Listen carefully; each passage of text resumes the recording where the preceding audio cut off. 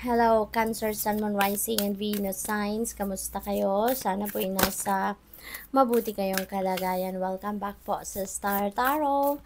Kung bago kayo dito, welcome din kayo. Thank you sa inyong support. I truly appreciate it. God bless you all po.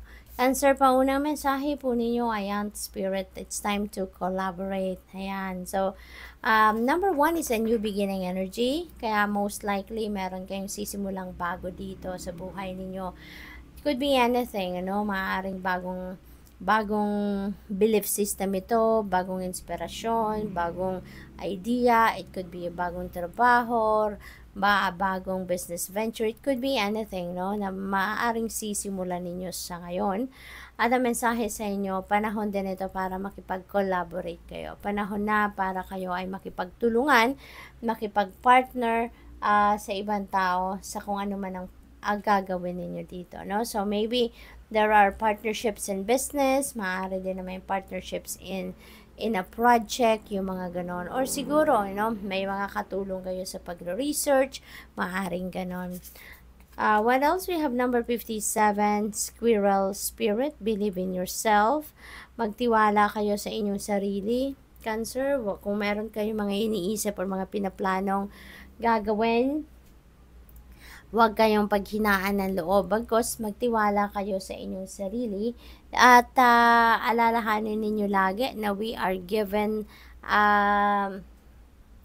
talents, skills, and gifts, hindi ba, para magamit natin yan, ma-carry out natin ang mga pangarap natin, ma-carry out natin yung mga mission or yung mga purpose natin in life. Kaya, mahalaga, at pagtiwalaan natin ang ating mga kakayanan, At saka magtiwala tayo sa sarili natin, kung ano ang kaya nating gawin, okay?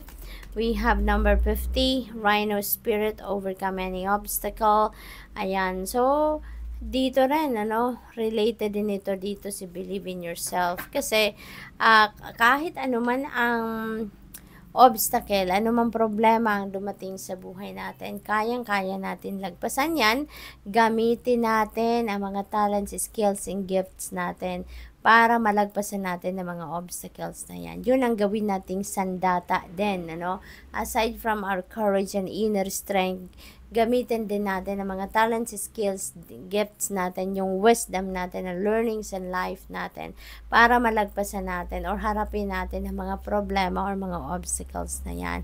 And always remember na yung mga obstacle na yan, problema na mga dumadating sa buhay natin, hindi naman yan sa atin ibibigay, kung hindi natin kayang i-handle yan, kung hindi natin kayang lagpasan or lusutan ng mga yan. Okay?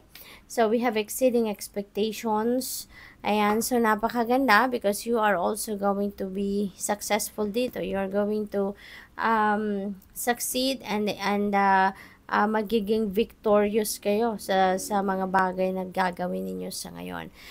Your expectations ninyo sa sarili ninyo and even yung mga expectations ng mga tao sa inyo, malalagpasan ninyo yan. So, kudos to you, Cancer, kasi talagang pagbubutihin ninyo dito ang inyong mga gagawin or ginagawa para na magtagumpay kayo, renewing yourself, renewing your life. Ayan. So, this is really good.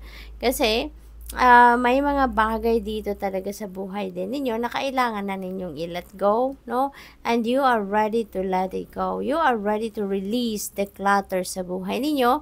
And kapag nagme-make room tayo sa sarili ninyo, you are sending a message sa universe na handa na kayo para sa mga bago, sa mga bagong tao na magiging parte ng buhay ninyo, bagong opportunity, bagong possibilities, yung mga ganon. So, because by decluttering your life, meaning you are making room, sa sarili ninyo para makapag-welcome kayo ng kung ano man ang bago, na yan ang magsusuporta sa inyong soul's growth. Yun ang magsusuporta sa mga endeavor din ninyo. What else we have making a difference? Ayan. So, parang ito yung inyong mission sa ngayon, Cancer, no? To make a difference in the lives of many. Maring matagal nyo na tong ginagawa, hindi lang kayo aware, no? Pero matagal nyo nang tinutulungan ng mga tao kahit hindi humingi ng tulong sa inyo, pero nandyan ka para magbigay ng suporta, yung mga ganon ba. So it feels like to me that this is your mission in life at this time, to make a difference in the lives of many, to help other people in need, to inspire people, to help heal the world, yung mga ganon, ano. Kaya napaka-powerful ninyo at this time. Yun ang napipick up ko dyan. So, tignan natin kung ano pa ang ganap dito for Cancer.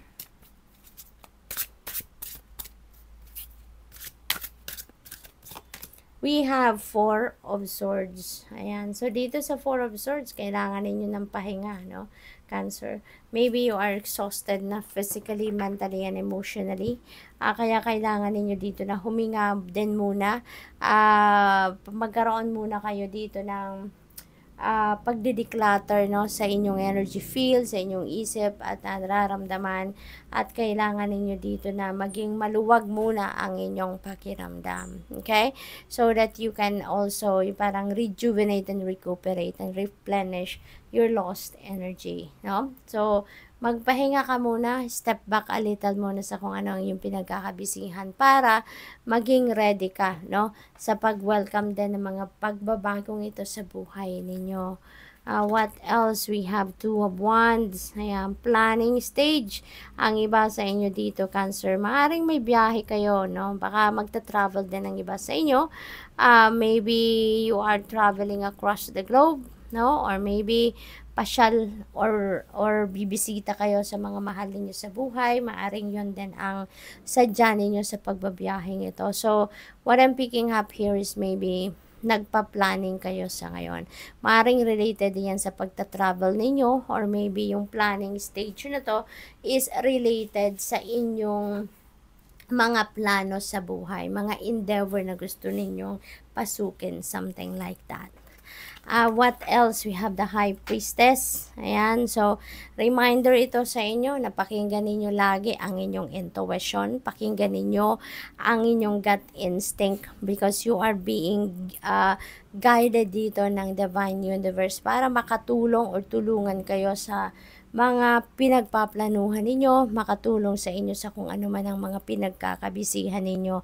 At this time, mabigyan kayo or mapakita sa inyo ang tamang daan, mapakita sa inyo kung ano ang dapat ninyong mga gagawin dito so that you will be on the right track, no? At you will be, kung ano man ang mga gagawin ninyo will be in alignment with your purpose or with your destiny.